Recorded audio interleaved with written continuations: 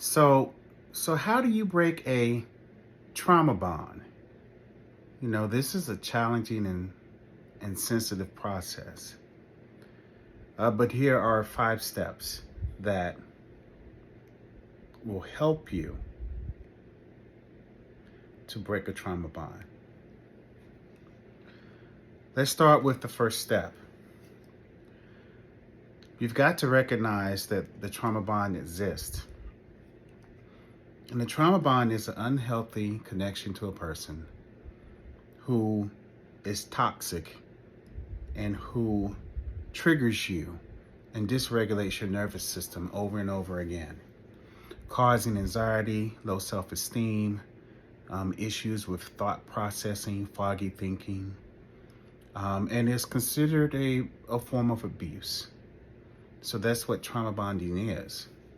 And so the first step is just to recognize, I have a trauma bond with this person.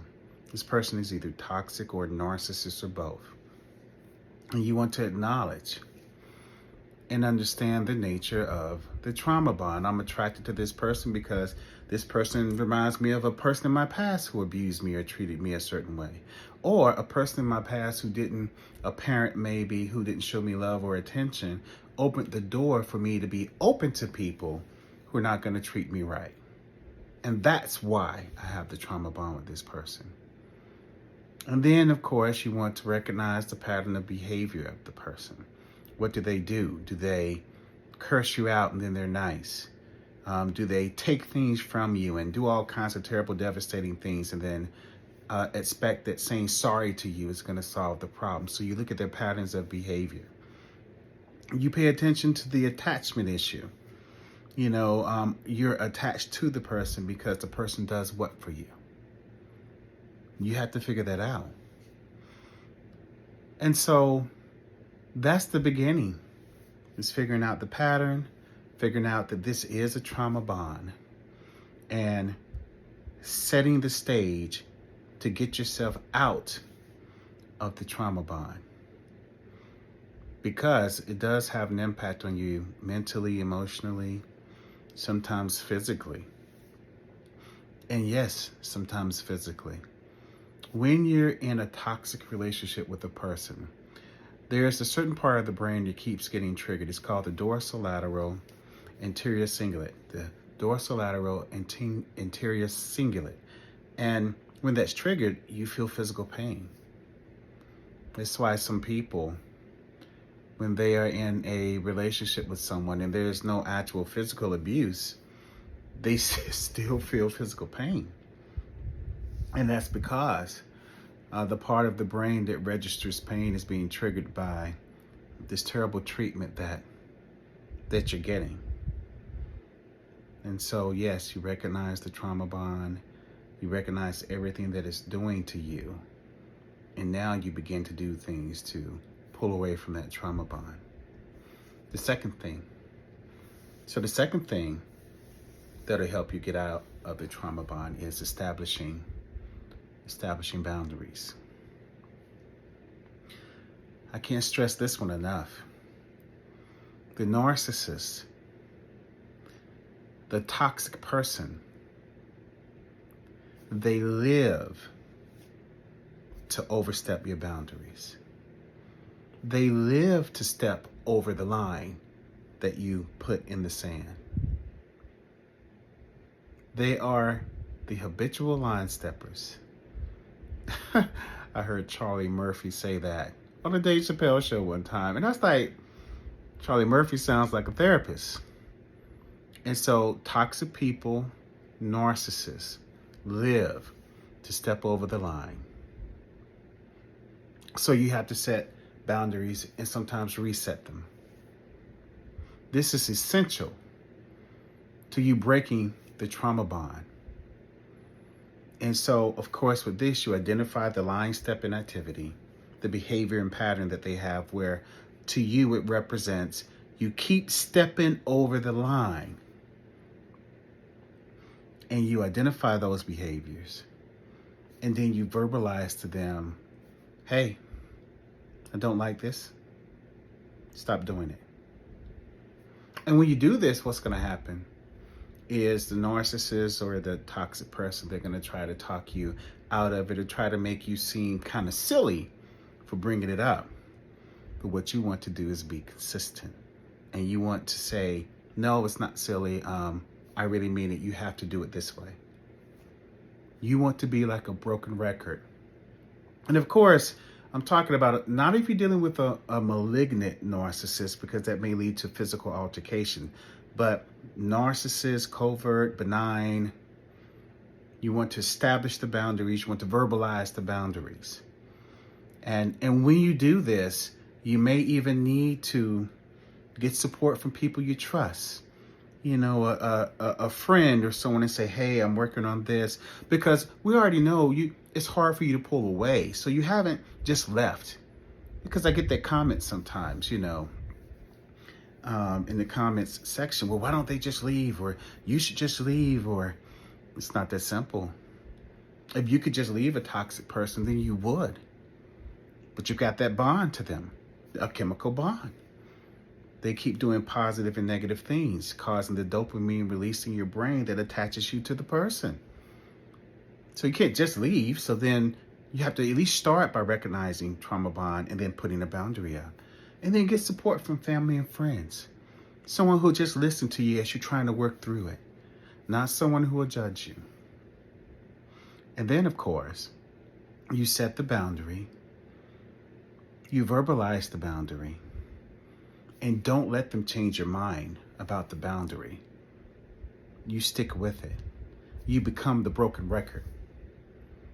That really gets a narcissist when they're seeing that normally what works or what used to work is not working anymore. You're not giving them the supply that they need. They need a certain supply of your obedience and your attention. They don't like that. Step 3, the third thing that you need to do to break the trauma bond is engage in self-care and healing. You want to prioritize those things, caring for the self and letting the self heal. So how would you do that? Engage in activities and practices that promote your physical, emotional, mental health.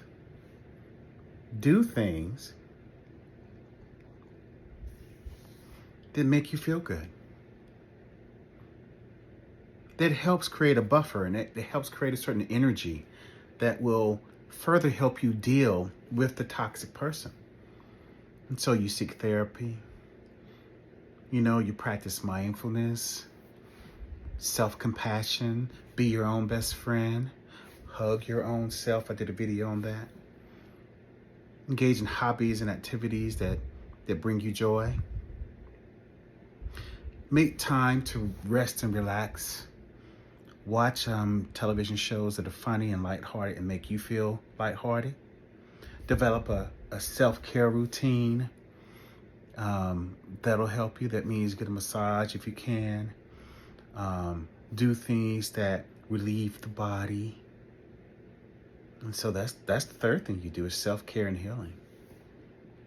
And then the fourth thing you do to break a trauma bond is you seek support from a professional, from a therapist or a counselor, or someone at the church who can counsel you. That's invaluable. That helps you break the trauma bond. A skilled professional or someone who has the skill and they can listen to you and support you are one of your strongest allies. They can provide safe, non-judgmental spaces for you to explore the impact of the trauma bond. It does you a lot of good to talk about what's happening because you're hearing how bad things are. And that affects you, that impacts you differently. You get to process emotions, and then of course a counselor can help you develop your coping strategies and skills. Then of course you can have a support group, or even community resources that there's a lot of people. Narcissism is a huge problem.